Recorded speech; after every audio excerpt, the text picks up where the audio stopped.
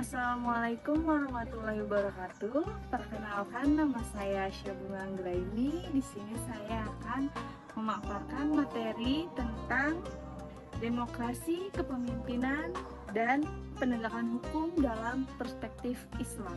Islam mengajarkan bahwa kehidupan bermasyarakat harus dilandasi keadilan, musyawarah, dan tanggung jawab.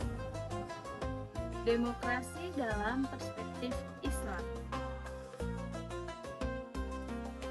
Demokrasi adalah sistem pemerintah yang melibatkan rakyat dalam pengambilan keputusan. Dalam Islam, demokrasi sejalan dengan prinsip bermusyawarah. Allah Subhanahu wa Ta'ala berfirman dalam Quran surat Asy-Syura ayat 38, وَالَّذِينَ اسْتَجَابُوا لِرَبِّهِمْ وَأَقَامُوا الصَّلَاةَ وَأَمْرُهُمْ شُورَى بَيْنَهُمْ وَمِمَّا رَزَقْنَاهُمْ يُنْفِقُونَ. bahwa segala urusan diselesaikan dengan musyawarah. Islam mengajarkan menghargai pendapat orang lain, berperilaku adil, dan mengutamakan kepentingan bersama. Kepemimpinan dalam Islam adalah amanah yang harus dipertanggungjawabkan. Seorang pemimpin harus memiliki sifat amanah, jujur, adil, dan bijaksana. Nabi Muhammad menjadi pemimpin yang adil, sederhana, dan mengutamakan rakyatnya. Mau tahu 3 fakta tentang kepemimpinan Rasulullah? Pertama, Rasulullah selalu bermusyawarah sebelum mengambil keputusan. Kedua, beliau hidup sederhana meski menjadi pemimpin umat. Ketiga, Rasulullah memimpin dengan akhlak mulia, bukan dengan kekuasaan semata.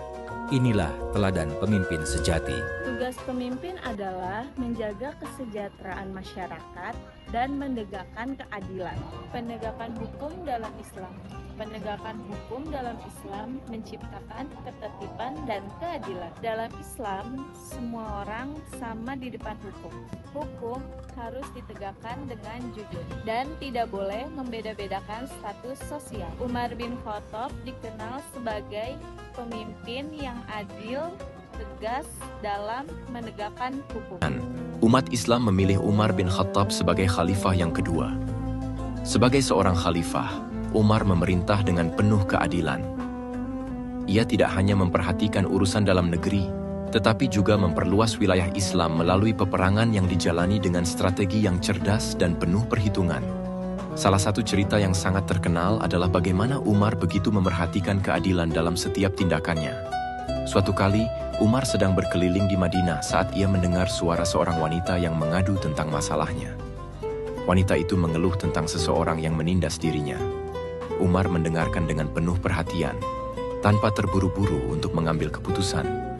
Ketika sampai di tempat tinggal wanita itu, Umar mengetahui bahwa orang yang menindas adalah seorang pejabat tinggi yang dia percayai.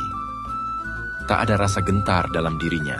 Umar langsung memanggil pejabat tersebut dan menegur dengan keras.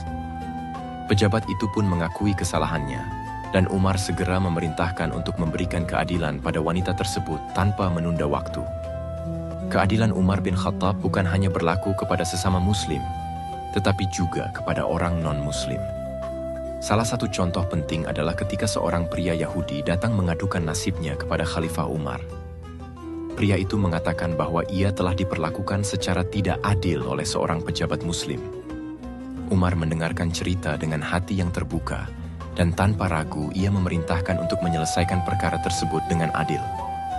Bukan hanya memerintahkan hukuman, tetapi juga memberikan hak-hak yang seharusnya diterima oleh orang itu.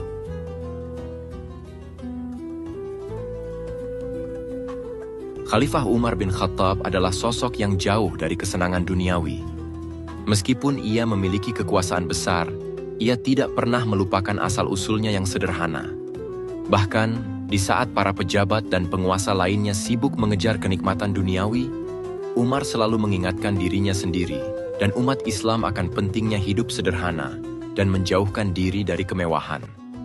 Suatu hari, Umar melihat seorang sahabat yang sedang mengenakan pakaian baru yang sangat mewah. Melihat hal ini, Umar langsung menegur sahabat itu. "Tidakkah kamu tahu bahwa pakaian ini bisa menjauhkanmu dari kehidupan yang lebih baik di akhirat?